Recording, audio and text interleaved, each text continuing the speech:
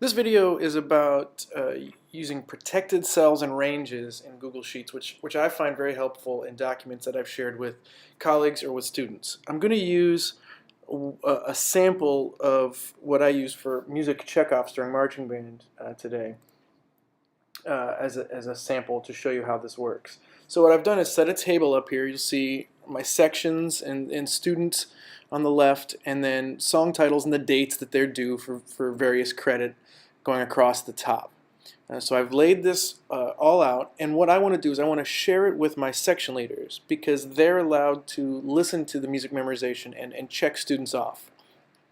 But I don't want to give them all access to the sheet for fear that we might have students who let their friends in other sections slide by, or that there's questions of anything. I like to be above even suspicion on that, and so what I want to be able to do is only, instead of sharing the whole document with them in Google Docs, I want to share the document with them, but then say you can only work on these specific ranges. So if I want to share something with my flute section leader, I only want that student to be able to change the dates in that area.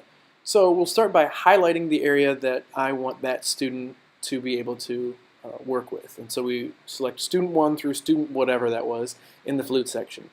And I'm going to go up to data, or data, whichever you prefer, and I'm going to scroll down until I find protected sheets and ranges. I'm going to enter a description. We'll simply call it flutes to make that easier. And you can see the range is already highlighted. And I want to restrict who can edit it. And I'm going to say custom because I don't want it to just me. And then I'm going to share it with my imaginary flute section leader, which will use our Practical Muse Ed Tech email address as our pretend section leader. And I'll click done. It'll say it's saved. And now it's going to say you need to share this with this person. And that's what we want to do. So we need them to have access to the document, so it's now shared.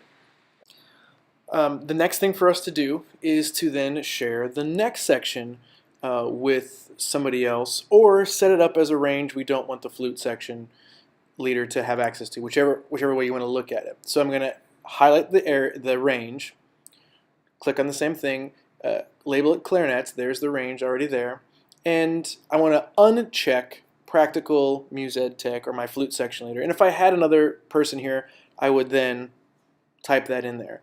And so now Practical Muse Ed Tech can't edit that range. We'll do the same thing for alto sax. You could do it for a whole sheet if you wanted to,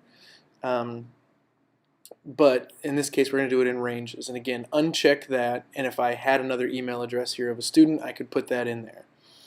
And so now I have these 3 sections, which are listed alphabetically on the right and not in score order, which is irritating as a band director.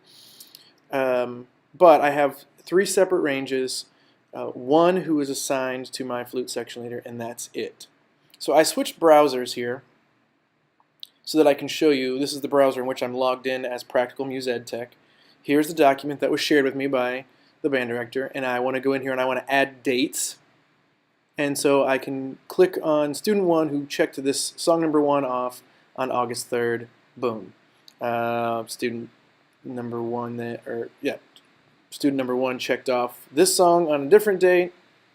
I can put it in there. Now let's say I go down to clarinets and I want to enter something, so I'll click on a cell here and I'll try to type something in. I can't do it because it's a protected range. Click on another one, protected range. If I go down to the alto sax section, protected range. So I could see that information if I wanted to, but I can't edit it.